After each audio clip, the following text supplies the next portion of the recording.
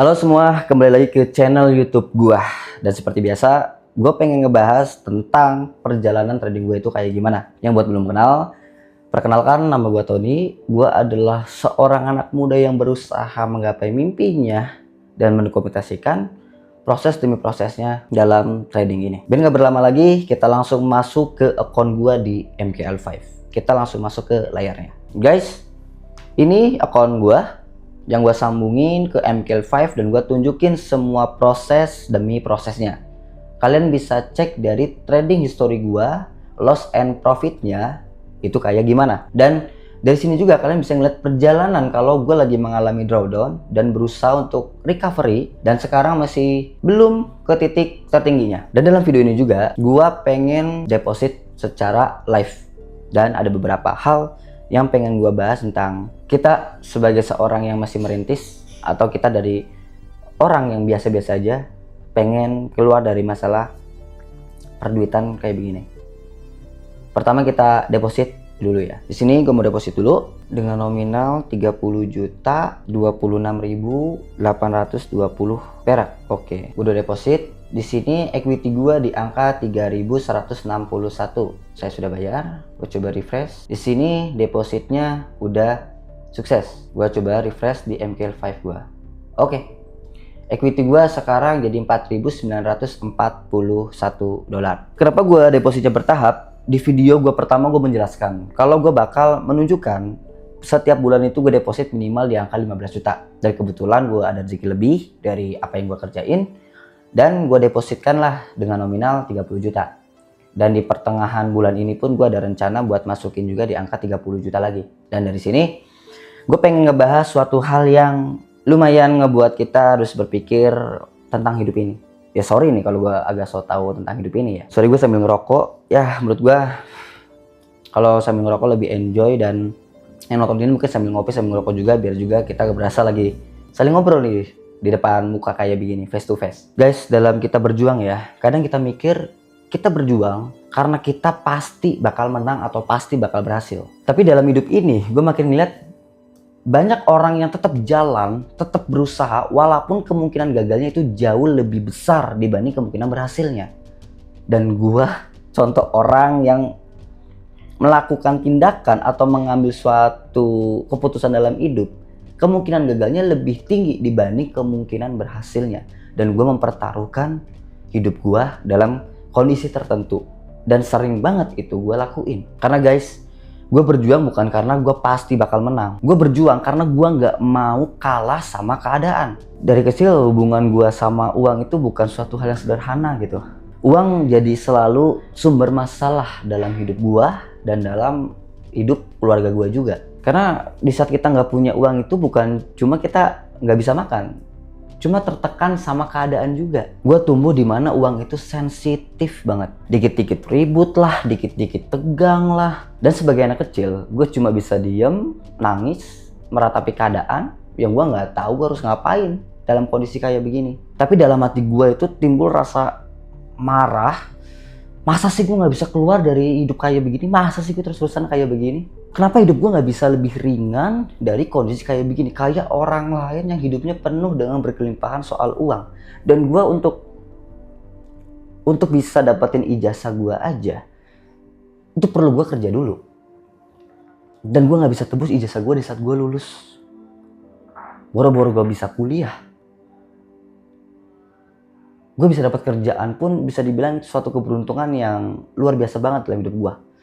Gue gak punya relasi sana sini, bahkan dari orang tua gue pun gak ada, dari kakak gue gak ada. Gue seorang perantau di daerah Bogor begini. Dari keadaan-keadaan begitu, semakin lama gue kayak menumbuhkan janji ke diri gue sendiri. Gue gak mau hidup gue kayak begini terus. Semakin bertambah umur, apalagi di waktu sekarang, marahnya itu juga bukan cuma sama keadaan, tapi ke diri gue sendiri. Dan yang orang gak tahu, tekanan finansial itu bukan cuma masalah angka, tapi soal harga diri, men. Gue ngeliat di depan mata gue sendiri, orang tua gue direndahin sama orang lain.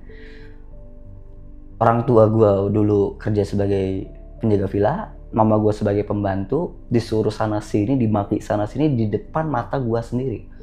Itu rasa menyakitkannya tuh kayak anjir kalau gue punya duit gue nggak mau orang tua gue sampai ngerasain itu lagi. Dari hal-hal direndahkan kayak begitu, gue jadi merasa kecil dalam hidup. Gue jadi merasa tertinggal dan sama sekali nggak bisa punya rasa kontrol dalam hidup gue sendiri. Dan suka nggak suka tanpa sadar itu ngebuat gue keras sama diri gue sendiri. Sampai satu titik gue sadar sesuatu guys. Marah itu nggak bikin keadaan berubah. Nyalahin keadaan apalagi. Dan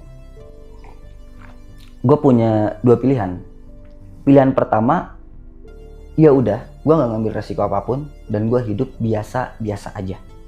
Atau pilihan yang kedua, gue ambil resikonya, gue perjuangin itu walaupun resikonya itu besar dan tingkat kegagalannya itu tinggi. Dan jujur aja, banyak dalam hidup gue ini tingkat keberhasilannya pun cuma 1%. 99% itu kemungkinan bisa gagal. Tapi dari 1% itu gue ngeliat ini cahaya. Sebagai penerang gue, ini kode buat gue harus melangkah dan gue harus coba. Karena menurut gue, kalau gue pengen hasilnya beda, gue harus berpikir beda sama apa yang gue lakuin pun juga harus beda. Banyak orang pengen ngambil langkah kalau peluang berhasilnya tinggi. Masuk kerja yang aman, bisnis yang udah pasti. Gue pengen gak ada di posisi yang bisa kayak gitu? Gue pengen banget. Tapi masalahnya dalam hidup gue gak bisa memilih kayak begitu.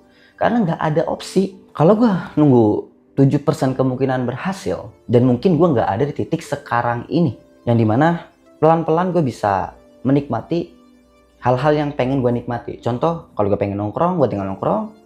Gue pengen beli baju dengan merek yang Uniqlo atau H&M yang dulu pun gue ngeliatnya anjir mahal banget bajunya. Gue beli baju pun juga harga 30.000. Gue beli 3 set dengan warna-warna yang beda-beda aja. Sampai gue dulu mulai ngonten pun juga dari ya peralatan seadanya banget sampai pelan-pelan juga sedikit-sedikit mulai proper. Dan dari 1% kemungkinan bisa berhasil. Bukan gua yakin karena pasti menangnya, tapi gue lebih takut dalam hidup gua. Kalau gue nggak mencoba, gue menyesal di akhirnya. Lebih baik gue mencoba dan gagal dibanding gue nggak mencoba sama sekali. Dan titik akhir hidup gue menyesal. Dan dari situ pelan-pelan mental gue dalam proses ngebangun keuangan atau menjalani hidup perlahan mulai kebentuk. Gue belajar juga satu hal. Berjuang itu juga bukan soal ambisi yang menggebu-gebu atau optimis yang berlebihan. Tapi gue mau nggak membayar harga dari suatu hal yang gue pengen itu. Dari rasa sakitnya, stresnya, sabarnya, konsistensinya, disiplinnya, rasa malasnya, tekanannya, semua hal. Gua harus bayar itu. Dan situ gue belajar kalau ternyata dalam hidup ini itu semua ada harganya. Walaupun gak tertera dalam label. Tapi jangan salah guys. Ambil keputusan atau ngambil kesempatan yang kemungkinan berhasilnya itu kecil. Itu melelahkannya luar biasa. Lu bakal ngeraguin diri sendiri. Lu bakal ngerasa bodoh banget. Apa keputusan gue benar ya? Lu bakal ngerasa ketinggalan di saat orang lain memilih jalan yang jauh lebih aman. Ada di malam-malam pun juga gue mikir, kenapa ya gue pilih jalan ini? Kenapa gue gak balik lagi dulu kerja di hotel? Kenapa gue memilih terjun ke dunia trading yang dimana ini belum pasti gue bisa berhasil. Dan gue malah all in di sini. Secara waktu, tenaga, pikiran, secara uang juga. Tapi setiap kali gue hampir nyerah, gue inget satu hal. Gue gak cuma lagi ngejar uang. Gue lagi ngejar versi diri gue yang jauh lebih baik, jauh lebih kuat. Dan juga sebagai seorang lelaki sejati yang menurut gue pun menanggung beban-beban dalam keluarga. Banyak keputusan dalam hidup yang bahkan tingkat gagalnya atau resikonya itu juga besar.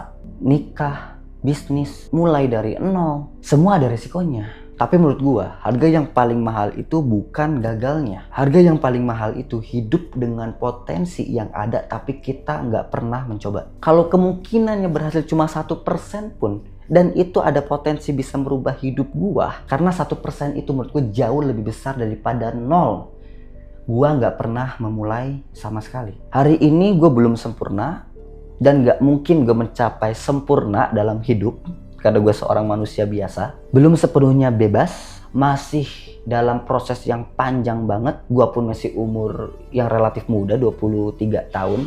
Tapi ada beberapa hal yang berubah. Gue sekarang gak marah sama keadaan. Gue pun juga gak marah sama diri gue sendiri. Karena sekarang gue udah tahu, ternyata gue berani untuk memilih berjuang dalam hal yang gue lakuin hingga saat ini. Itu lebih penting daripada suatu kemenangan. Kalau lu lagi ada di fase ngambil suatu keputusan dalam hidup yang 1% kemungkinan berhasilnya, pertanyaannya bukan gua bisa berhasil atau gua bisa menang nggak ya, tapi lu cukup berani nggak buat bayar harganya. Gua sekarang terjun di trading dan gua buka semua perjalanan tradingan gua itu secara transparan. Depositnya gua tunjukin, lossnya gua tunjukin, bahkan drawdownnya pun gua tunjukin. Gua nggak copot pasang portofolio gua buka semuanya secara publik kayak begini, dokumentasikan juga, bahkan secara portofolio juga. Dan gua nggak malu di saat hidup gua gagal, ataupun yang gua lakuin ini nggak berhasil. Karena balik lagi, bagi gua, bukan kemenangannya, tapi di saat gua berani melangkah.